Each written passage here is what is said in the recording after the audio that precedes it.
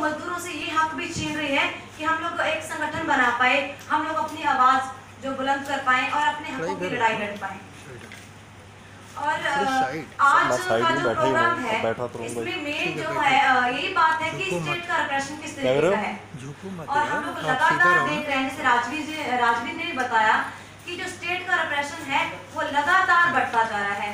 जो भी जनता की आवाज उठाता है, जो भी, चाहे वो मुस्लिम हो, चाहे वो आदिवासी हो, चाहे वो दलित हो, चाहे वो किसान हो, चाहे वो सिख हो, चाहे कोई भी इंसान हो, उसको ये बोल दिया जाता है ये देशद्रोही है, ये खालिस्तानी है, ये नक्सलवादी हैं, या ऐसा कुछ बोल के उनको जेलों में डाल दिया जाता है। उन पर यूएपीए जैसे एनएसए जैसे कानून लगा के उनको जेल में डाल दिया जाता है। तो मतलब सीधा और साफ ये है कि स्टेट को बहुत डर है। एक तरफ तो हम लोग दलित लोग हैं और हमें इतनी भी आज़ादी नहीं दी जाती कि हम लोग पर्चा बांट पाए, और दूसरी तरफ जब हम लोग किसानों के साथ मिल जाते हैं, जब हम लोग जाग जाते हैं कि हाँ किसान आगे हैं तो हम लोगों को भी ऐसे खड़े हो जाना चाहिए, तो स्टेट एक कमजोर लड़की से, स्टेट एक कमजोर, जिनको बोलते हैं कमजोर दलित हैं, उनसे डर जाती है। और जेल में ऐसे खतरनाक जो 307 जैसी धाराएं हैं, जबरन वसूली जैसी धाराएं हैं, और जो स्नैचिंग जैसी धाराएं लगा के जेल में डाल देती है। तो इसे पता चल रहा है कि स्टेट कमजोर है, जो चाहती है कि लोग डर जाएं। और हम लोग ये लगातार लड़ाई जारी रखेंगे। और जैसे लगातार से सुधा भारद्वाज है, सोमा सेन है, गुलफिशा है, फातिमा है, दिवांगना निताशा है, इससे ये पता चलता है कि महिलाओं की स्थिति क्या है। जो लोगों के लिए बोलता है, जो समाज की आवाज बनता है और जो मेहनत कश लोगों के लिए बोलता है, उसकी जगह उन्होंने जेलों में रखी हुई है। और जो लोग लोगों के लिए बोलते हैं उनको इनाम देने की जगह उनको सजा मिलती है। तो ये डराने का भी ये है कि लोग डर जाएंगे। जो इनके मेन लोग बोलते हैं उनको अगर जेलों में डालेंगे तो जो पीछे की जनता है वो पीछे हट जाएगी और डर जाएगी। लेकिन जब मुझे अरेस्ट कर दिया जाता है तब ऐसा नहीं मुझे लगा कि ये जो आंदोलन है, जो किसान आंदोलन है, जो हमारे जो मजदूर हैं जो पीछे हट जाएंगे। और मजदूर और भी जोश के साथ आगे आए और लगातार से आवाज उठाई कि नौदीप कौर को रिहा किया जाए। और जितने भी जो किसान नेता हैं, मजदूर नेता हैं, जो पत्रकार हैं, जो सच में न्याय की आवाज उठाते हैं, जिनको लगता है कि हाँ गलत हो रहा है, जो उनकी आवाज बनते हैं, उनको अरेस्ट कर लिया जाता है। तो लोगों ने इसकी आवाज उठाई, जिसकी वजह से अलग अलग मीडिया ने आवाज उठाई और देशों विदेशों में मेरी आवाज उठाई गई। उसके लिए मैं धन्यवाद बोलना चाहती हूँ। लेकिन महिलाओं के लिए मैं जरूर बोलना चाहती हूँ कि एक बहुत बड़ा सवाल है, क्या आज हमारी महिलाएं सुरक्षित हैं? क्या दलित महिलाएं सुरक्षित हैं? जब मैं जेल में गई हूँ तो जेल में जाकर जब मैंने महिलाओं से बात की तो मेरा ये अनुभव रहा है। मुझे पहले कुछ नहीं पता था। पहले मुझे ऐसा लगता था कि जो लोग जेल में डाले जाते हैं सच में उनका कोई ना कोई जरूर गुनाह रहा होगा, कुछ ना कुछ उन्होंने किया होगा जिसकी वजह से जो सरकार उनको जेलों में डाल रही है। लेकिन जब मुझे पकड़ा गया है, जब मैं जेल के अंदर गई हूँ, तब मुझे ये एहसास हुआ है कि जो जनता की आवाज बनता है, जो स्टेट के खिलाफ बोलता है, उसको देशद्रोही ही बोला जाता है। और जो सरकार है वो पूरी तरीके से दलाली कर रही है। और जब मैं जेल में गई, मैंने महिलाओं से बात की, और जो आशा सुशीला है आज भी वो जेल में है, बुटाना रेप केस की जो बात है। और जब मैं उनसे बात की कि मेरा जो केस कुंडली थाने का है और कुंडली थाने में मेरे साथ ऐसा हुआ है, मेरे साथ ऐसी मारपीट हुई है, ऐसा वायलेंस किया है, तो उन लोगों ने ये बात बोली कि तो बहुत आम बात है, हमारे साथ तो 15-15 दिन रेप हुआ है, हमारे तो हाथ पैर तोड़े गए हैं, और जो पुलिस है जेंट्स पुलिस ही उनको वो मारती है, मतलब जो रिमांड है वो भी जेंट्स पुलिस से 3rd डिग्री टॉर्चर होता है। तो उनके लिए आम बात हो गई है। तो आप बिल्कुल अच्छे तरीके से जान सकते हैं कि जो पुलिस है उसका रवैया कैसा है। जो पुलिस है वो सिस्टम का एक टूल है, सरकार का एक टूल है जिसको यूज किया जा रहा है आम जनता के खिलाफ। उनका दिमाग नहीं है, वो एक मशीन है जो जनता के खिलाफ छोड़ दी गई है। जो भी आगे आता है जनता के लिए उसको पकड़ लिया जाता है और ऐसे खतरनाक से वो हमेशा के लिए जेल में बंद हो जाते हैं। GN साई बाबा जो 90% वो डिसेबल है, सिर्फ उसको इसीलिए उनको जेल में बंद कर दिया गया कि उनको ये बोल दिया कि इनका दिमाग खतरनाक है। किस तरीके से दिमाग खतरनाक है। चलो मुझे तो ये बोल दिया कि मैंने आगे से हमला किया, 307 लगा दिया, हालांकि उस दिन ऐसा कुछ हुआ भी नहीं था। और जेल साईं बाबा के कौन से हाथ पैर चल रहे थे जो इनको जेल में यूएपीए लगा दिया गया? उनके खिलाफ कौन से ऐसे सबूत मिल गया कि उनके खिलाफ यूएपीए लगा के उनको अंदर बंद कर दिया गया?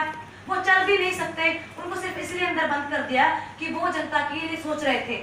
उन लोगों ने कोशिश की स्टूडेंटों को बोलने की कि आपको जागना चाहिए।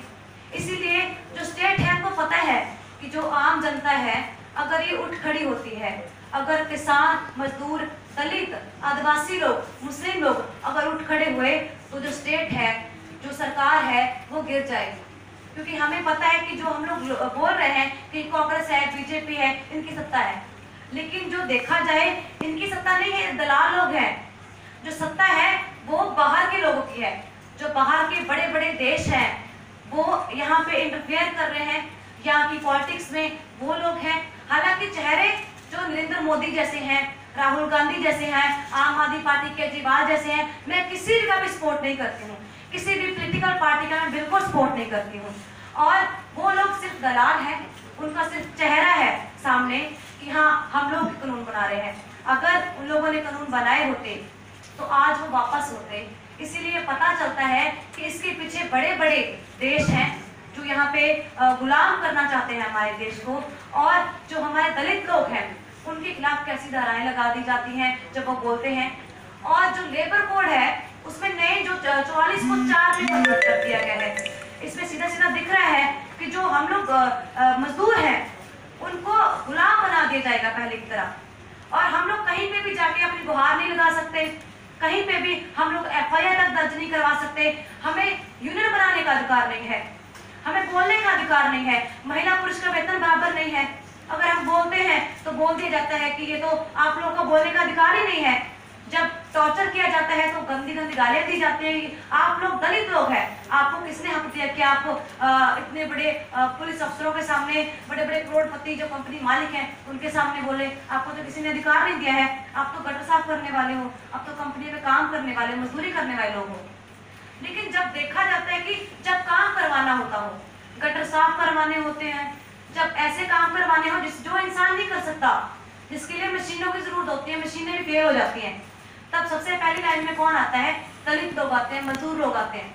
लेकिन जब किसी सहूलत की बात आती है, सरकार बोलती है कि जनता को अभी सहूलत की जरूरत है, कोई कानून लाए जाएंगे। और जिनकी जो सोच है, जो आगे देख पा रही है, जो जनता को जगाने की कोशिश कर रहा है, और उससे स्टेट को डर लग रहा है। स्टेट कमजोर है, हम लोग को ये पता है कि स्टेट कमजोर है, लेकिन हम लोग यही बोलना चाह रहे हैं। मजदूर, किसान, आदिवासी, मुस्लिम, जितने भी लोग हैं अगर इकट्ठा हो जाते हैं तो ये 4 लोग कुछ भी नहीं कर सकते। और हम लोग तो यही समाज बनाना चाहते हैं कि जिसमें आम जो मजदूर है, किसान है, उसके आधार पे बांटा ही ना जाए। तो जो सरकार है वो तो यही इसी वजह से बांटती है। जब वोट पॉलिटिक्स होती है तो क्या बोला जाता है कि ये तो सिख है, ये हिंदू है, हिंदू खतरे में है, मुसलमान जो बाहर से आए लोग हैं, जो मुसलमान तो आतंकवाद फैला रहे हैं, जो खालिस्तानी है ये तो बोल रहे हैं कि हम तो अलग होना चाहते हैं। हालांकि ऐसी तो बात ही नहीं है। आप जाके ग्राउंड लेवल पे जाके देखेंगे तो इंसान सिर्फ इतना ही चाहता है हमें रोटी मिले, हमें कपड़ा मिले, हमें पेट भर खाना मिले, हमारा परिवार चले। किसी को ऐसा नहीं पड़ा कि हमें खालिस्तान बनाना है, किसी को ऐसा नहीं पड़ा कि हमें तो अलग ही देश में रहना है और हमें तो खतरा है, हिंदुओं से खतरा है, मुसलमानों से खतरा है, सिखों से खतरा है। तो ये तो बना दिया जाता है। और जैसे लगातार से महिलाओं के साथ होता रहा, हाथरस की घटना है, उसमें पता चलता है कि इसमें पुलिस स्टेट का हाथ है और पुलिस ही रेप करती है। गुड़मंडी का केस है, बुटाना रेप केस है, और कुंडली में एक रेप केस हुआ है जिसमें 15 दिन लड़की के साथ रेप हुआ। उसमें पुलिस का चरित्र किस तरीके का है? पुलिस खुद रेप करवाती है और बोला ये जाता है कि पुलिस तो आपकी सुरक्षा के लिए है, लेकिन हमें पता है कि पुलिस हमारी सुरक्षा के लिए नहीं है। पुलिस सिर्फ टूल है, हमें दबाने के लिए है पुलिस। और जो पॉलिटिकल प्रिजनर्स है, मैं उनके लिए स्पेशली बोलना चाहती हूँ कि उनको रिहा किया जाना चाहिए। जो आज भी हमारी डिमांड्स हैं वो पूरी नहीं हुई है। जो किसान हैं वो सड़कों पे बैठे हैं, वो खुद अपनी फसल उगाते हैं, बच्चों की तरह पैदा करते हैं फसल को, और उनको अभी भी आज़ादी नहीं है कि वो अपनी फसल का रेट खुद तय कर पाए। मजदूर इतनी मेहनत करता है, खून पसीना बहाता है, फिर भी वो खाली पेट है। जो महिलाएं हैं बहुत ज़्यादा काम करती हैं, फिर भी उनको पुरुषों से समान वेतन नहीं मिलता है। कोई भी हो वहाँ पे लागू ही नहीं किया जाता है। जो वेतन है, न्यूनतम वेतन बोल दिया जाता है कि न्यूनतम वेतन है जो आपका वो इतना है, लेकिन जो सही में वो इतना नहीं होता। जैसे 9,500 तो यहाँ पे है कुंडली में, लेकिन मिलता कितना है 5-6 हज़ार, और वो भी 4-4 महीने 5-5 महीने आप काम करो, ठेकेदारों के सामने आप गिड़गिड़ाओ, आधा पैसा ठेकेदार रखेगा, फिर आपको बोलेगा कब मिलेगा पैसा।